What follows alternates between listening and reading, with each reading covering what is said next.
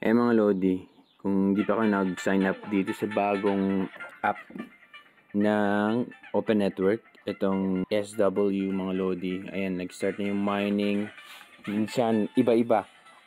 Hindi ka makapasok nung una, pero ngayon inayos nila, pwede na, okay? So, kung wala pa kayo dyan, download nyo na. Huwag nyo kalimutan, Turogi yung ating code. Turogi mga Lodi ang ating code pag nag-sign up kayo kasi kailangan yun para makapag-start kayo mag-mine mga Lodi. Ayan. Same lang din dun sa ICE Network. Pero eto, alam na natin na nagbigay ang ICE Network. Siyempre, hindi natin alam kung kailan naman.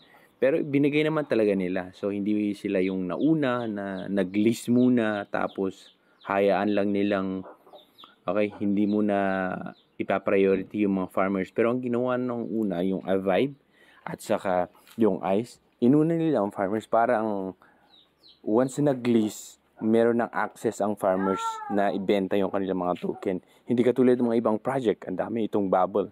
Nag-list muna siya, tapos hinayaan muna mga farmers ba after a month, dun muna nila mawi-withdraw. Maraming pang ganung mga projects na kung saan nakaka-budget eh. Ang papangit na mga ibang project talaga na parang ililist muna nila, tapos kunin muna ng mga developers yung mga pera, tapos pag bumagsak na yung token, dun muna pwedeng ma-access yung token mo. Pero nakita natin, ang the best airdrop naman itong Notcoin, ICE Network, Avive, at may mga iba pa. Pero syempre marami ring mga project. Kaya ito, na meron na naman silang bagong project ang ICE Network at alam natin, napatunayan na natin sa kanila. Same lang din yung process, okay? Itong SW na token. So, pwede na kayong mag-mine, mga Lodi. Active na naman sila.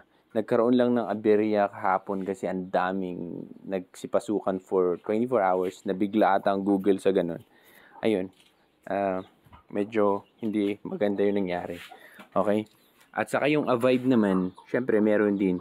Itong ICE, meron silang SW. Itong Avive, meron silang yung tap to earn naman, yung Mozo mga Lodi. So, i-grab nyo yung dalawang yun para sure.